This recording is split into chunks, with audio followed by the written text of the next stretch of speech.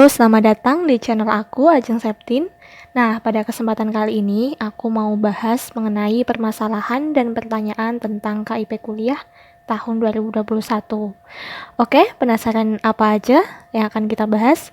Langsung aja ke videonya. Yang pertama, yaitu apakah KIP kuliah gratis? KIP kuliah memberikan pembiayaan sebagai berikut. Yang pertama, pendaftaran KIP kuliah tidak dikenakan biaya alias gratis ya. Yang kedua, bebas biaya pendidikan yang dibayarkan kepada perguruan tinggi. Jadi UKT-nya itu kalian gratis. Yang ketiga yaitu subsidi biaya hidup sebesar 700.000 per bulan yang disesuaikan dengan pertimbangan biaya hidup di masing-masing wilayah. Jika ada pihak-pihak yang memungut biaya pada calon pendaftar atau penerima KIP kuliah di luar ketentuan tersebut, bisa melapor ke helpdesk KIP kuliah. Yang kedua yaitu apa saja syarat pendaftaran KIP kuliah. Persyaratan untuk mendaftar program KIP kuliah tahun 2021 adalah yang pertama, penerima KIP kuliah adalah siswa SMA atau sederajat yang akan lulus pada tahun berjalan atau lulus 2 tahun sebelumnya. Jadi untuk tahun 2021 ini yang berhak mendaftar KIP kuliah itu lulusan tahun 2021 sendiri, lulusan tahun 2020 dan juga lulusan tahun 2019. Yang kedua yaitu memiliki potensi akademik yang baik tetapi memiliki keterbatasan ekonomi yang didukung dengan bukti dokumen yang sah. Yang ketiga yaitu lulus seleksi penerimaan mahasiswa baru dan diterima di PTN atau PTS pada prodi dengan akreditasi A atau B dan dimungkinkan dengan pertimbangan tertentu pada program studi dengan akreditasi C. Nah, keterbatasan ekonomi dibuktikan dengan kepemilikan program bantuan nasional dalam bentuk Kartu Indonesia Pintar atau Kartu Keluarga Sejahtera. Dalam hal ini, apabila mahasiswa belum memiliki Kartu Indonesia Pintar atau orang tuanya atau walinya mahasiswa belum memiliki Kartu Keluarga Sejahtera, dapat diberikan bantuan biaya pendidikan setelah memenuhi persyaratan tidak mampu secara ekonomi sesuai dengan ketentuan. Jadi bisa meminta SKTM ke desa. Selanjutnya, bagi yang bertanya-tanya, apa sih KIP kuliah itu? KIP kuliah adalah bantuan biaya pendidikan dari pemerintah bagi lulusan sekolah menengah atas atau SMA atau sederajat yang memiliki potensi akademik baik tetapi memiliki keterbatasan ekonomi. Nah, KIP kuliah ini lebih berfokus pada memberikan penghargaan atau dukungan dana terhadap mereka yang berprestasi. Hal ini bisa dilihat lebih lanjut penjelasannya di pasal 76 Undang-Undang Nomor 12 Tahun 2012 tentang Pendidikan Tinggi. Walaupun demikian, syarat prestasi pada KIP kuliah ditujukan untuk menjamin bahwa penerima KIP kuliah itu terseleksi dari yang benar-benar mempunyai potensi dan kemampuan untuk menyelesaikan pendidikan tinggi. Selanjutnya yaitu jadwal pendaftaran KIP kuliah. Nah, untuk jadwal kegiatan KIP kuliah tahun 2021 dapat dilihat pada laman berikut ini ya. Nah, perlu disampaikan juga bahwa jadwal itu dapat berubah sewaktu-waktu dan jika terdapat perubahan akan diumumkan melalui laman KIP kuliah Kemdikbud juga. Nah, mungkin ada yang bertanya-tanya juga nih, kapan sih pengumuman penerimaan KIP kuliah itu? KIP kuliah adalah bantuan biaya pendidikan yang diberikan kepada mahasiswa yang lulus seleksi masuk perguruan tinggi, sehingga pengumumannya adalah selepas kalian mendaftar ulang sebagai mahasiswa di perguruan tinggi tersebut. Setelah mendaftar ulang, kalian akan diverifikasi kelayakan sebagai penerima KIP kuliah. Di dalam proses daftar ulang, semua pendaftar KIP kuliah yang sudah mendaftar sesuai prosedur dibebaskan biaya daftar ulang dan biaya pendidikan lainnya. Terus gimana nih jika mendaftar KIP kuliah dan ternyata setelah diverifikasi tidak layak? Apa yang terjadi? KIP kuliah ditujukan secara eksklusif hanya untuk yang tidak mampu secara ekonomi. Siswa yang secara akademik unggul tapi mampu secara ekonomi tidak diperkenankan mendaftar. Dalam hal ini, kalian mendaftar KIP kuliah itu dan ternyata waktu diseleksi itu tidak layak menerima karena ternyata mampu secara ekonomi. maka ada beberapa kemungkinan yang terjadi. Yang pertama itu, jika dianggap kelalaian ringan atau tidak sengaja, tidak akan ditetapkan sebagai penerima KIP kuliah, namun dianggap sebagai mahasiswa reguler aja. Yang kedua, jika dianggap melakukan pengisian data yang tidak benar secara sengaja atau pemberian bukti pendukung yang tidak sah, cara mendapatkannya dapat dibatalkan statusnya dalam seleksi masuk perguruan tinggi. Status kelayakan juga bisa berdasarkan laporan dari masyarakat. Misalkan ada laporan penerima KIP kuliah yang orang tuanya tiap tahun tuh umroh haji itu. Dalam hal tersebut maka akan dilakukan koordinasi dengan pihak kampus sama pihak KIP kuliahnya untuk melakukan verifikasi ulang gitu. Selanjutnya, apakah mahasiswa aktif boleh mendaftar? Saat ini KIP kuliah dihususkan untuk calon mahasiswa atau lulusan SMA sederajat tahun berjalan atau lulusan 2 tahun sebelumnya. Untuk mahasiswa di PTN atau PTS di bawah Kemdikbud telah disediakan beasiswa atau bantuan biaya pendidikan peningkatan potensi akademik atau PPA melalui bagian kemahasiswaan masing-masing perguruan tinggi. Jadi kesimpulannya untuk yang mahasiswa aktif tidak boleh ya mendaftar KIP kuliah. Selanjutnya, apakah penerima KIP kuliah bisa pindah program studi atau daftar kuliah lagi juga? Penerima KIP kuliah tidak diperkenankan mendaftar KIP kuliah kembali di tahun selanjutnya, baik di perguruan tinggi yang sama atau lainnya. Hal yang sama untuk pindah program studi, penerima KIP kuliah juga tidak diperkenankan untuk pindah program studi. Selanjutnya, apakah bagi penerima KIP kuliah boleh mendaftar beasiswa selain KIP kuliah?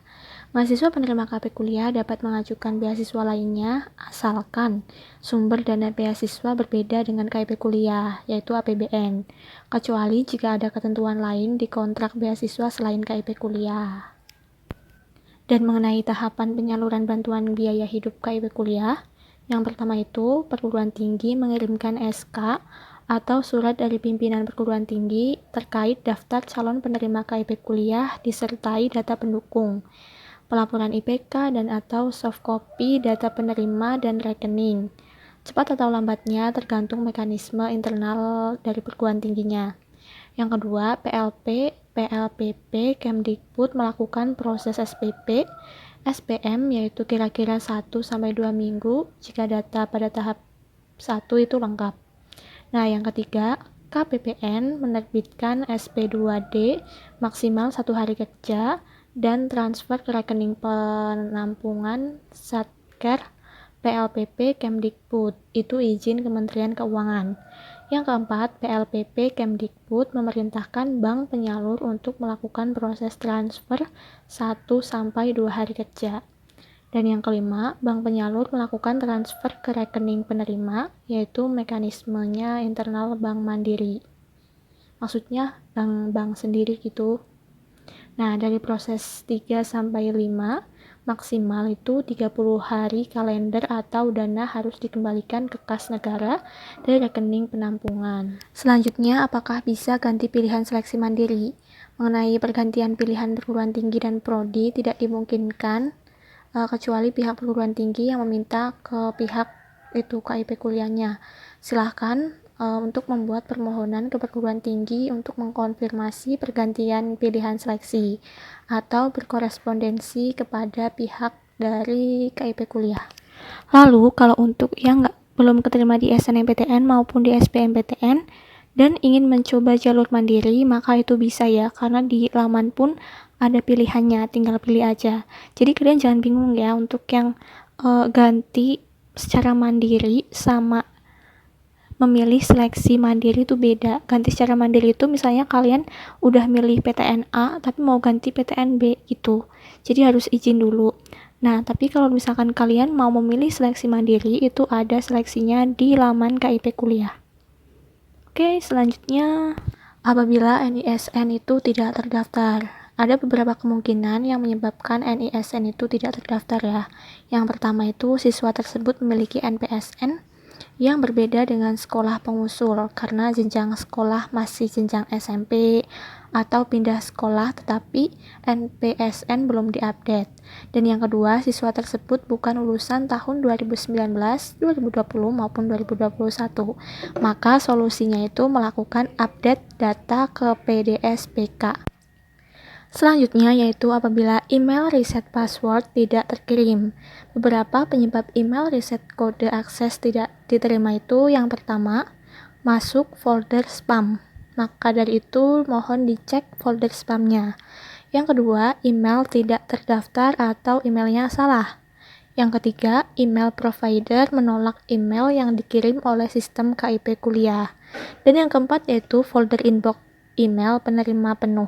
Maka dari itu kosongkan segera inbox milik kamu. Dan apabila kamu masih belum menemukan email reset kode akses, maka mohon untuk mengkontak helpdesk KIP kuliah. Selanjutnya, itu bagaimana prosedur supaya terdaftar di DTKS atau Data Terpadu Kesejahteraan Sosial. Prosedur pendaftaran secara mandiri di DTKS dapat merujuk ke laman berikut ini. Selanjutnya, untuk yang tidak memiliki KIP atau KKS, apakah bisa mendaftar KIP kuliah? Dalam hal ini, siswa belum memiliki KIP atau orang tuanya belum memiliki KKS, maka dapat tetap mendaftar untuk mengikuti program KIP kuliah, asalkan memenuhi persyaratan tidak mampu secara ekonomi sesuai dengan ketentuannya, yang dibuktikan dengan pendapatan kotor gabungan orang tua wali atau wali siswa sebesar 4 juta. Atau pendapatan kotor gabungan orang tua atau wali dibagi jumlah anggota keluarganya maksimal 750.000. Puslapdik Kemdikbud menetapkan penerima KIP kuliah berdasarkan usulan perguruan tinggi setelah siswa melakukan registrasi ulang.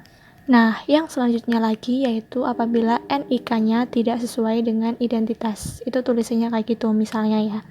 Maka pesan tersebut muncul apabila proses pendaftaran NIK yang diinputkan oleh siswa berbeda dengan NIK yang tercatat di Dapodik Kemdikbud.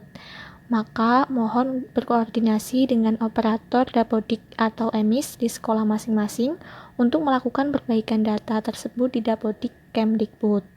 Bagi lulusan tahun 2019 atau tahun 2020, silakan bisa melakukan pengajuan perbaikan di Verval lulusan di alamat http://pd. Nanti aku tulisin aja di kolom deskripsi ya, biar langsung bisa mengeklik. Nah, ini untuk yang tidak bisa mengedit nomor KIP dan KKS. Nomor KIP dan KKS itu di SIM KIP kuliah diperoleh dari Dapodik Kemdikbud. Untuk menjaga validitas data, kedua atribut tersebut memang disable dan tidak dapat diperkenankan untuk melakukan editing. Jadi memang tidak bisa diedit ya. Selanjutnya yaitu untuk yang sudah mempunyai akun KIP kuliah di tahun 2020 dan ingin mengikuti KIP kuliah tahun 2021. Untuk peserta KIP kuliah 2020 yang ingin mengikuti kembali KIP kuliah 2021, silakan login dengan menggunakan akun yang sama, yaitu akun KIP kuliah tahun 2020. Setelah berhasil login, akan ditampilkan profil siswa beserta alamat email. Silahkan isi konfirmasi email dan klik perbarui akun. Oke, sekian videoku kali ini. Apabila ada kesalahan, mohon dimaafkan. Dan jangan lupa buat yang baru bergabung, silahkan diklik tombol subscribe. Sampai jumpa di video selanjutnya.